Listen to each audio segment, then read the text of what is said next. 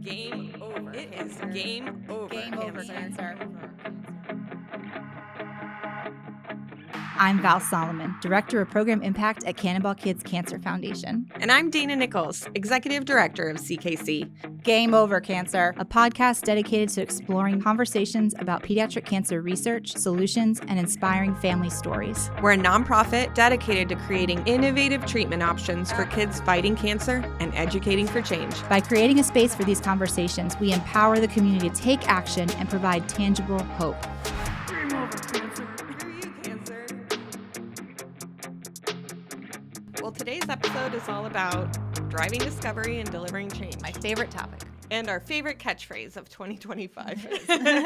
But 2025 has been our 10 years of impact. And today we're talking to somebody who has been with us side by side over the past 10 years and driven discovery and delivered change. We are talking to a CKC researcher who's as we'll hear, our first young investigator, who's come back around as a clinical trial researcher, who's on our SAB, and is just an incredible human being. Absolutely. And someone who has consistently showed up to help us do what we do to the best of our ability by helping with us understanding the science. Yeah. As a member of our SAB, the impact that our SAB members have is just enormous. We can't do everything, and so we have outsourced all of the scientific discovery to our SAB, and they help review our grants and make sure that we are funding the most innovative grants out there, and Dr. Kline is a part of that, and we are very excited to talk with her today. Yeah, so take a listen, and I know that everyone's about to be very impressed. We love her. Our guest today is an attending physician and director of clinical research in the Department of Neuro-Oncology at Children's Hospital of Philadelphia, specializing in the care of children, adolescents, and young adults with brain and spinal cord tumors of all types. She has a master's of advanced studies in clinical research and focuses her career on early phase clinical trials and developmental therapeutics for pediatric brain tumor patients. She's also has other research interests that include predictors of neurocognitive outcomes in pediatric brain tumor survivors, as well as personalized and immunotherapy-based approaches for the treatment of brain tumors, which is super important. I'm excited to talk about that. She's also a CKC-funded researcher, as well as a member of our scientific advisory board. We love her. We're glad to introduce her to you. Please welcome Dr. Cassie Kline. Good morning. Thank you for joining us. Hi, good morning. Thank you for having me. Thanks for being here. We love you. You have been with CKC since pretty much the beginning, Right. According to the lore. Like, I mean, I'm long before I was here. Long before both of us. You've Yeah. been here. Yeah. And so we just wanted to start off our conversation today by saying thank you so much for how involved you have been, not only with the work that you do in helping us realize our mission because you are doing the science, but also making sure that you're advising us as well and how we can be good stewards of donor dollars and put it into the most innovative research. So we wanted to say thank you. Thank you. Yeah, no, it's been great. I've been working with CKC. I want to say I met the Wiggins in like 2015, 2016, I feel. That so sounds it's been about about right. a decade. Yeah, that sounds Yeah. about right. Yeah, a good decade. Yeah, fantastic. So, but let's back up a little bit even before then, and maybe we can start by talking about what brought you into the pediatric cancer space. Yeah, so I think that I have always been interested, certainly pediatrics. That was not really a question when I started the course through pre-med and the medical school. I just really enjoy being around kids much more than adults. They're just more fun, and Totally agree. they bring such levity to the day. So that's always, when you're in a high stress situation, it's nice to be able to freely give and receive hugs and play with toys and all of the things that, just brighten, I think, a lot of the work that we do that tends to kind of weigh on all of us. And so there was that piece. And then in terms of oncology, I always liked the pathophysiology behind it. I found it interesting. It seemed like when I was also coming into medicine that there was a lot of advances being made, a lot of discoveries from small molecule inhibitors, and then later to immune-based therapies. And I felt like during medical school, my mom died of small cell lung cancer. I wish I could say that. And I just really experiencing that journey with her and seeing, really committed providers versus providers that I just felt like were kind of, in and out and perhaps not as invested or, invested in a different way. And I really felt like this was an opportunity to be on a journey with a patient or family from start to finish and kind of, really be a provider that could make an impact and could support a family in a situation that they were going to be in regardless, unfortunately, but maybe there was opportunity that, I could ensure that they were getting the best care, the best medicine possible. So from that standpoint, I think it became clear to me that pediatric oncology would be a good fit. And then I actually enjoyed palliative care and end-of-life care as well, which unfortunately is a natural part of what we do sometimes. And so I think, again, just really highlighting that being a part of patients and families' journeys from start to finish was something I wanted to be a part of. And then as I entered into fellowship was really where I settled on neuro-oncology. And I had done a lot of neurology training as a resident just by chance, ending up on various neurology rotations and learning about, obviously, central nervous system pathology and symptoms and signs related to those types of pathology. And really very much enjoyed it. And then when it came to learning about brain tumors, I just, again, really was drawn to the patient population and the science behind it.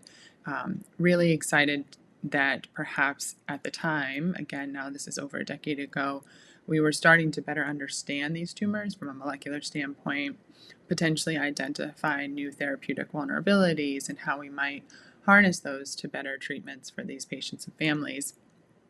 And then, of course, I had just incredible mentorship at UCSF as a fellow. And at the time, Dr. Sabina Mueller and Dr. Mike Prados, who I continue to be incredibly close with and now co-lead a global consortia with them. But they were just starting up at the time, it was the Pacific Pediatric Neuro-Oncology Consortium. Now it's grown so much, it's just the Pediatric Neuro-Oncology Consortium because it's far beyond the Pacific region. So they were kind of starting that consortium, which allowed me a really incredible opportunity to be involved as a trainee and to really be involved taking care of these patients as they opened their first trials and navigated the biology behind what was, driving the clinical trials, understanding what was driving these tumors, how we kind of bring this information together. And so that was, incredibly exciting for me and created a great opportunity for me to learn really from the ground up about clinical research, clinical trials, and then, of course, pediatric neuro-oncology. So all of those things really came together to solidify what I wanted to do and really kind of start my career trajectory in that direction. So it's incredible to listen to some of what sounds like almost as if you're in the right time and the right place, but also at the same time, knowing a decade more than that later, how hard this field really is. So you could be in the right place, but then what keeps you there has to be just incredible amount of fortitude and knowing that this means so much to you. But what I think my question would be like, what helps you on the day-to-day keep going past that initial point of this is interesting, I want to make an impact, to having, such a tenure in this field now? Yeah. I think that a lot of it is the patients and families and the work that we do. I feel very fortunate to get to take care of the patients that I see in clinic, that we see on the inpatient side of things. I think there's that piece and that passion for just patient care and creating opportunities for these patients as well, where maybe there were not opportunities before, or different opportunities. I think I enjoy the development of new clinical trials and clinical research projects. I think that obviously being are hoping to be at the forefront of kind of some of these discoveries and new drug applications, novel drug delivery systems, whatever it may be.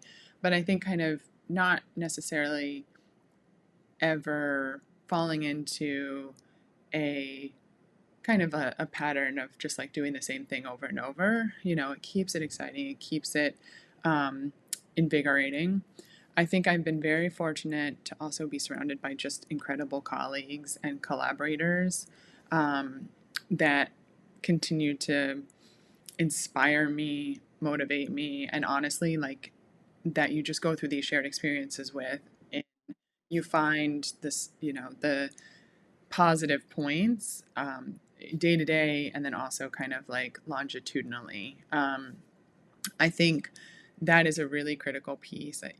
What we do is in many ways very unique and can be hard for people outside of this to understand or relate to. I think my colleagues and I joke that it's always the situation when you're being introduced at a social event or, oh, what do you do? You're a pediatric neuro-oncologist. And it's not like it's met by someone saying, wow, Yeah. I've always wanted Oh. to do that. Yes. I always wanted to learn more about that. Like the response is always like, oh, how do you do that? Why did you do that? Yes. So I think to be able to go through this with partners in the field is really critical to sustainability, to be honest. And I think just ideally, again, finding the prospect of finding better ways in which we can be doing this and having these translate to better survival and better outcomes for these patients is obviously a constant driver. And then I think, it's from a cup filling standpoint, I always tell people you have to be in this field and with a balance of having that outlet and things like that. And so I think, being able to come home to my own son every day is like, it's an incredibly cup filling event at the end of the day, I have to say. And I say that as an event because I do feel like what I do every day, being able to come home to my healthy child, is A, not lost on me, but B, also just like constantly a reminder, like what would I want as a parent if my child were in this situation, right? And I would want doctors that are committed, doctors that are really fighting for my child, trying to find better therapies and so on. So I do think that definitely, when I had my child 7 years ago, impacted the way that I feel at the end of the day, and also kind of like coming back and doing this job every day. Yeah, absolutely. Well, isn't Dr. Kline just the exact example of the type of researcher that we love to pour into, Absolutely, right? yeah. And you mention the standard hardships and struggles that come from establishing a career taking this path. And I know we've talked about it, but I don't know if we've ever put Cassie's face to it, which is, I'm pretty sure we have Young Investigator grants because of information that you shared with the Wiggins.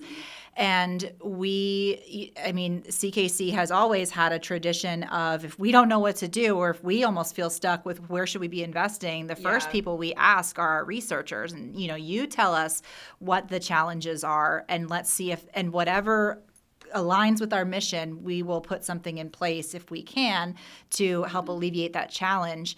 And so, I don't know if you were the first Young Investigator recipient, I was. Okay, but you certainly gave us the idea. So Yes. let's walk back there to that moment and, just what was it like practicing medicine and launching a career in research with the funding support at that time? And then maybe we'll talk a little bit about like CKC investments from there. Oh, sure. Yes. So I think, yes, it was, the Wiggins came out to meet with Sabina Mueller at UCSF, and she was always just an incredible advocate, sponsor, mentor, like all of the things. And I think she invited me to this meeting, and she was really the one that was introduced them to, like, here's a very promising young investigator. Let me tell you about the challenges that young investigators face, kind of, transitioning from training to like early faculty and being an early independent investigator. So I felt very fortunate. And then, of course, I think when the Wiggins and I met, it was also like a very natural fit in terms of shared vigor and energy, and all of the things like you're describing that I think CKC is based on, and at the time of really their inception, I think that's what they wanted, was kind of young investigators, energetic investigators that were potentially breaking the mold in some way. And I think I was just fortunate to be at the right place at the right time, but then also kind of just have have some of that. And so, I think what happens is when trainees are coming up and they're doing their work and they're, being prepared to kind of make that transition outside of, to move past training, academic medicine is very unique in that, we have to pay for our salaries. We have to pay for ourselves. We have to pay for our protected time and kind of buy that back. And the only way that we can do that is with external funding most of the time. Certainly there are internal funding opportunities within institutions. But, you are only really allotted a certain amount or a certain period of kind of like protected time. And then once you move beyond that, like, you're on the line to kind of support yourself, support the work that you're doing, and so on. But a lot of times, it kind of takes money to make money, and you have to demonstrate some element of being successfully funded in order to continue to get successfully funded. And so the starting point can sometimes be challenging. And so I think all of us really try to have a broad portfolio of like where we're submitting grants, how we're applying for funding, what type of funding we're trying to secure. But that is just such a critical piece as you're kind of continuing that transition towards independence, trying to start to break out from underneath kind of a mentor that supported you and helped really mold, and will continue to kind of mold and grow your career. But really, you're wanting to kind of start to create a name for yourself, and find that independent funding and that independent support to continue to do the work that you want to do. And I think that there's a really big pivot in terms of coming out from as a trainee and then moving towards early faculty. And so in that regard, that's really where that young investigator funding and young investigator funding opportunities are just such a critical piece. And many times we use those early funding opportunities, these young investigator awards, for instance, to then bolster our applications to larger, federally supported grants. Like, you'll hear people talk about the K Awards, for instance, which is kind of, really a large grant that's like your path towards independence, and it comes with, of course, mentorship and support.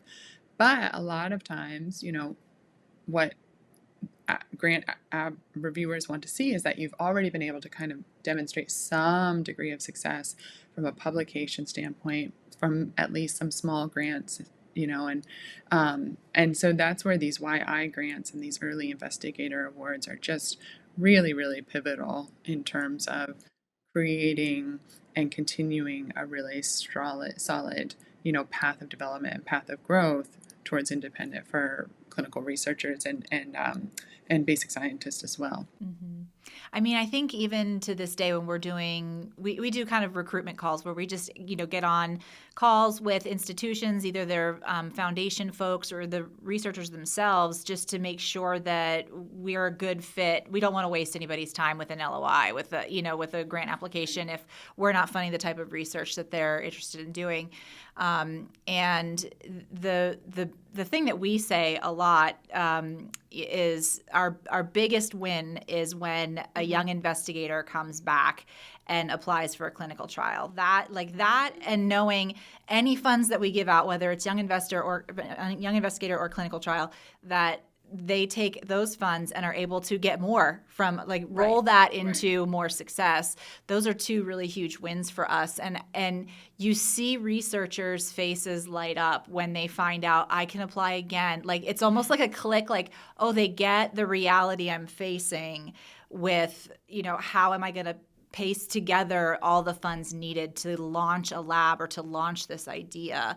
And all of that comes really from feedback from our researchers, like Dr. Kline. And it's great when those things click together, right? Yeah, absolutely.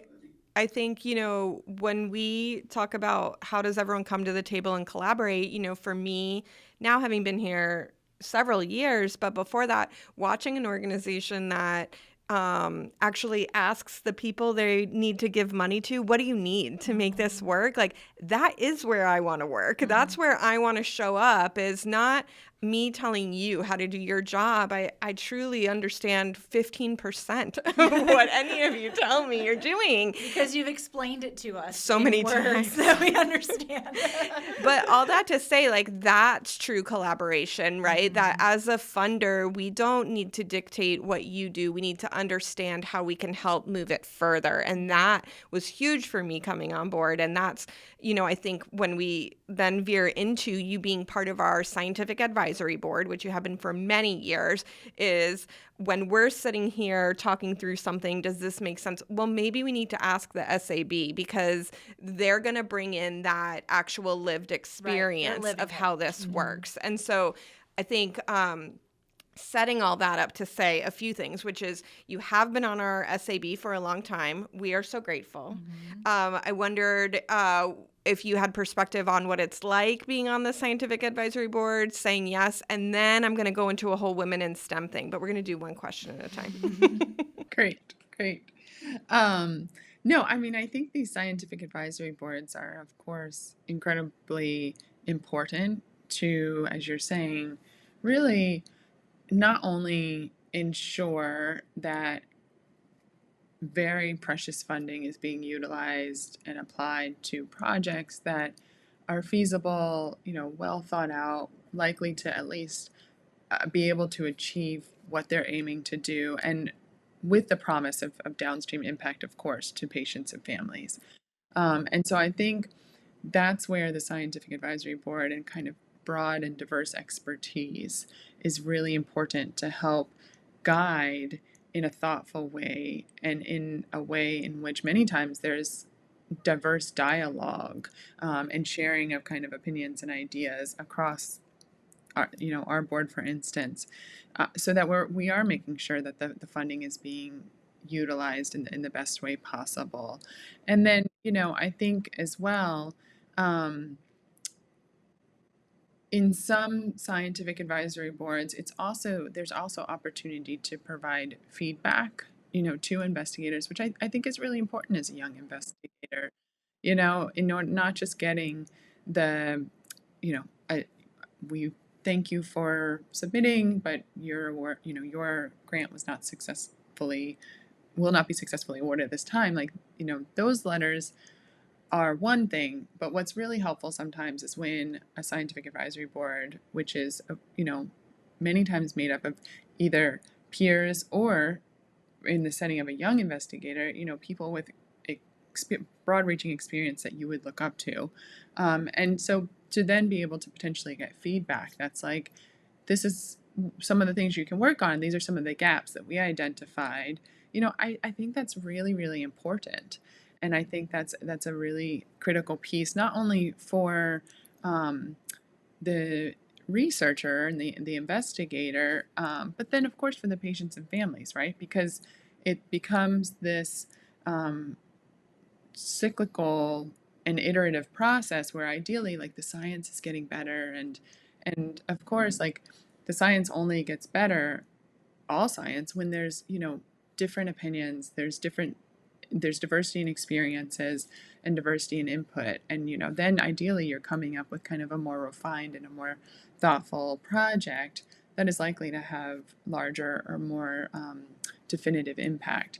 So I think that's a really important piece in terms of thinking about roles on a scientific advisory board, and then certainly giving feedback, of course, to the organization itself, right? Like, what should we be looking for? Why was this awardee a good fit? Why would this awardee perhaps, need some extra support, or how should we be thinking about this? What makes this clinical trial, perhaps a little more likely to achieve its goals than this one, and thus, putting funding in, towards this effort or towards this initiative, because I think at any given time there's such a breadth of research activities going on, but unfortunately not every project put forth is going to be successful, however we define that success, right? So I think it's really important that we are able to come together. You all are incredibly adept at, of course, fundraising, motivating, getting the people behind the mission, right? And then I think view our job as making sure then that we are translating that to impact, from a science, from a research, from a clinical standpoint. Yeah. And it's Absolutely. it's such an honor, but it's also such a relief that we get to have the SAB stamp of approval, right? Like, I can't imagine, and I know that, just out of bare necessity, sometimes you have to make decisions that you're like, I don't really know the difference between these, but I'm going to do the best with the knowledge that I have. And I feel very confident that our SAB is so knowledgeable. I am always confident with the recommendations that are given. 100%. I love sitting in on the review. I mean, for me, yeah, like we kind of joke about it. We actually, like, it gets through maybe 10, 15%. I mean, luckily, we're able to follow along a little bit, but if nothing else, I love to hear the conversation between the researchers on the SAB, because it really is like real time. This is what they're struggling with, or not struggling, but here's an issue that requires debate, and we learn so much just listening to it, that helps inform our system even. And and you mentioned giving feedback to researchers whenever we're talking with potential grantees, so someone who's thinking about applying to CKC. And, it is such a value add for our organization to be able to say our SAB will give you feedback, that even if you don't end up getting funding, you will get something out of this, because maybe you'll have better grantsmanship at the end of this process. And it's such a value add. And it is important to those researchers, and I know, like, based on their reaction, that they feel like, okay, this is I got to find something, and I want to do well for this SAB review. Yeah. And it's just so wonderful. It's great. I thought maybe we would touch on just a little bit. For a long time on our SAB, you were our only female. You were it, girl. And I think we talk about diversity in so many ways as important. And that can be, down to the types of cancer and making sure there's specialties are represented.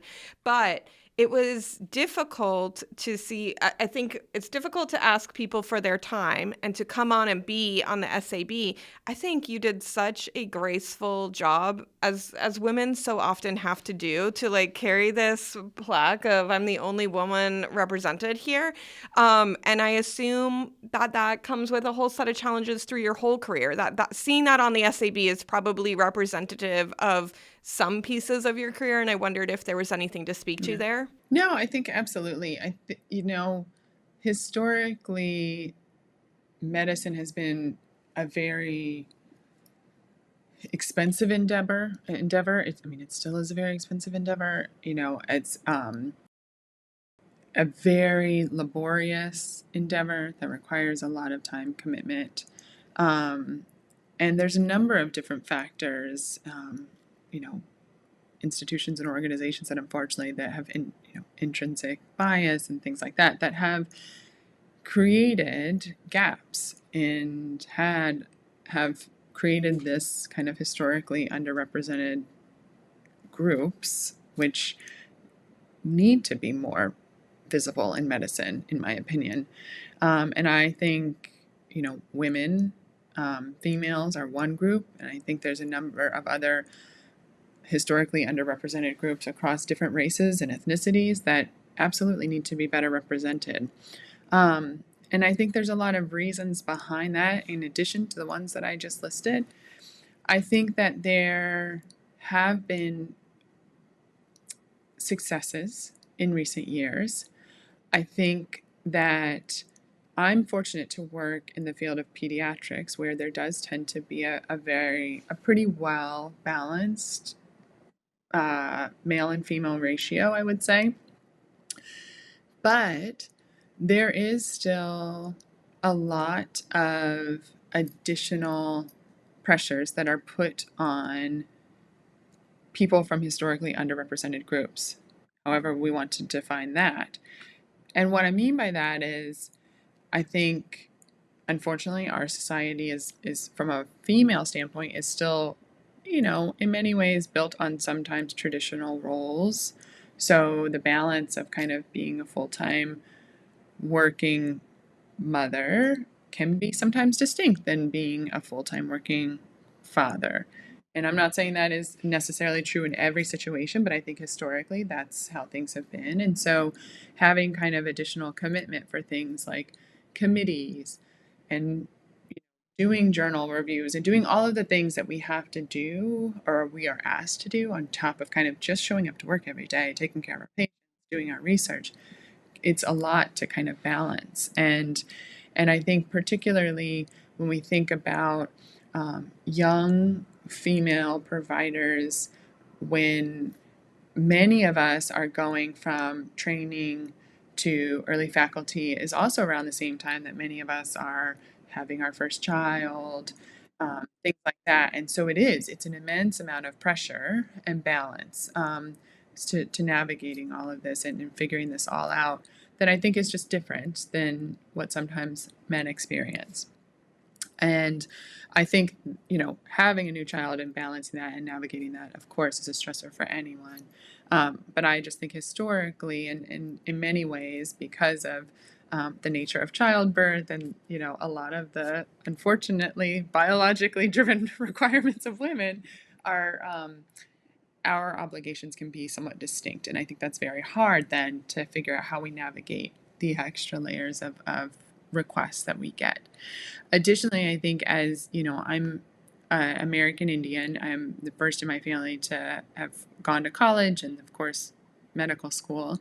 And I think that there is additional obligations and responsibilities that come with those types of positions as well. I think that many organizations and institutions, appropriately so, want diversity among their committees, among the various roles and responsibilities and leadership positions and things like that. I think that's true of organizations like academic institutions. I think it's true of foundations. I think it's true really of across the board, and it should be. But unfortunately, historically, the N from which you are selecting those people is quite small, which means that, you are unfortunately pulling from the same pool over and over and over and over again. And so people are getting asked to do this, to do this, to do this, to do this. And I think that there is an intrinsic feeling of obligation as a woman, as a historically underrepresented person, to say yes, because you want to be able to ensure there is that diversity in voice, there is that diversity in experience.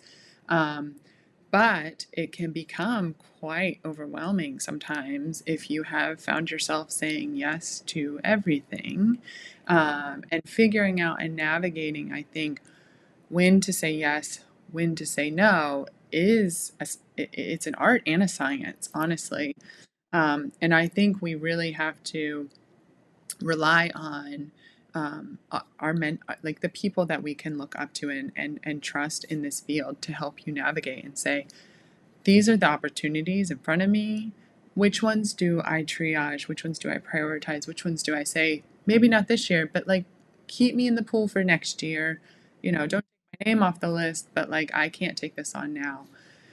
Because I think at the end of the day as well, we're just intrinsically driven and holding ourselves to such standards to not only do all of the things, but do all of the things to the very best of our ability.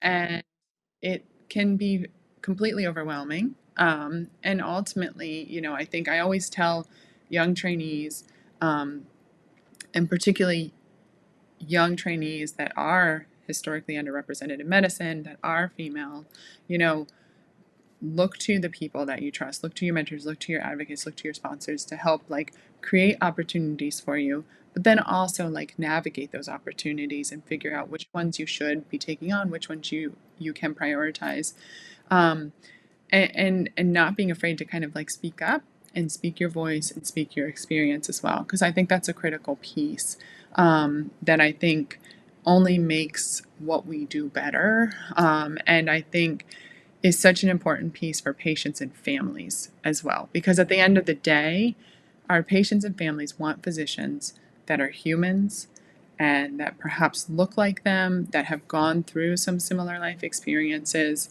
And so I think it is just really important to have diversity of background, socioeconomically, race, ethnicity, biologic sex, all of the things, because I think that just creates a better field of medicine in my mind. Yeah.